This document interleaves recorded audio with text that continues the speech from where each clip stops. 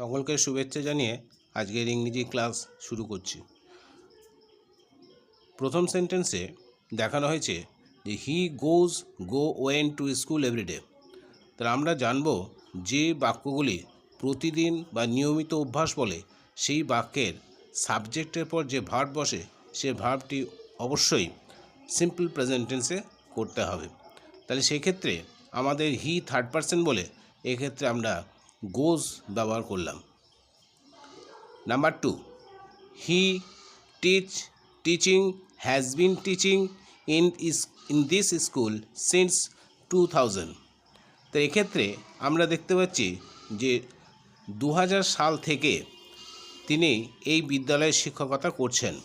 তো সেক্ষেত্রে কোনো নির্দিষ্ট সময় থেকে যদি কন্টিনিউ কাজটি চলতে থাকে তাহলে অতীতে কোনো একটা নির্দিষ্ট সময় থেকে এখনও পর্যন্ত সে কাজটি চলছে এমন বোঝালে সবসময় আমরা সেটি প্রেজেন্ট পারফেক্ট কন্টিনিউয়াস টেন্সে করব। সেক্ষেত্রে আমাদের এক্ষেত্রে উত্তর হবে has been teaching. Number 3, they have been walking since morning. তাহলে এক্ষেত্রে দেখতে পাচ্ছি সিন্স মর্নিং অর্থাৎ সকাল থেকে। তাহলে সকাল থেকে একটা নির্দিষ্ট সময় থেকে কাজটা চলমান অর্থাৎ চলছে এরকম বোঝালে আমরা এক্ষেত্রেও প্রেজেন্ট পারফেক্ট কন্টিনিউয়াস টেন্স ব্যবহার করব। তাহলে উত্তরটা হবে they have been walking since morning. Next, number 4, she is cleaning, has been cleaning for 2 hours।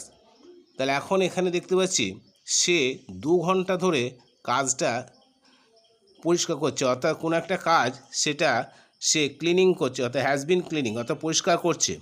তাহলে এখানেও কিন্তু একটা নির্দিষ্ট অতীতের সময় থেকে শুরু করে কাজটা কিন্তু বর্তমানকাল এসেও সে কিন্তু চলছে এরকম যখন বোঝায় তখন আমরা সেক্ষেত্রে প্রেজেন্ট পারফেক্ট কন্টিনিউয়াস টেন্স ব্যবহার করব।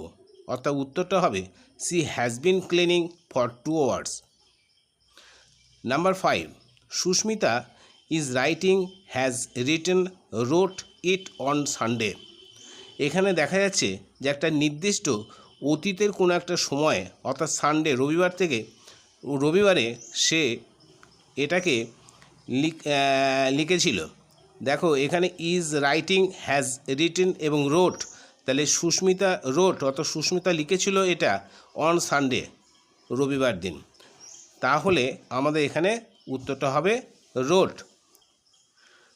Number 6, she is reading every morning.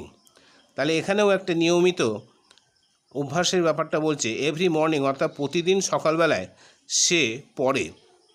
তাহলে সেখানে অতীতের অভ্যাস যদি আমরা বুঝি, বর্তমানের কোনো অভ্যাস যদি আমরা বুঝি তাহলে সেক্ষেত্রে আমরা সিম্পল প্রেজেন্ট টেন্স ব্যবহার করি। তাহলে এক্ষেত্রে হবে সি থার্ড পারসন বলে রিডস।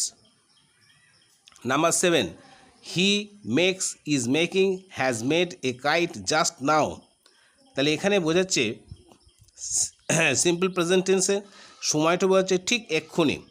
তাহলে এটাকে সিম্পল প্রেজেন্ট টেন্সের এটা ফর্ম তৈরি করতে হবে সে এইমাত্র কাজটা অর্থাৎ একটা ঘুড়ি তৈরি করেছে।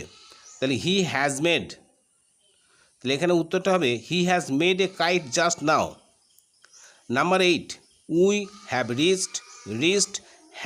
Had reached the station before they arrived. এখানে দেখতে পাচ্ছি দুটি ঘটনা পরপর ঘটছে। একটি হলো আমরা স্টেশনে পৌঁছেছিলাম তারা পৌঁছানোর আগে।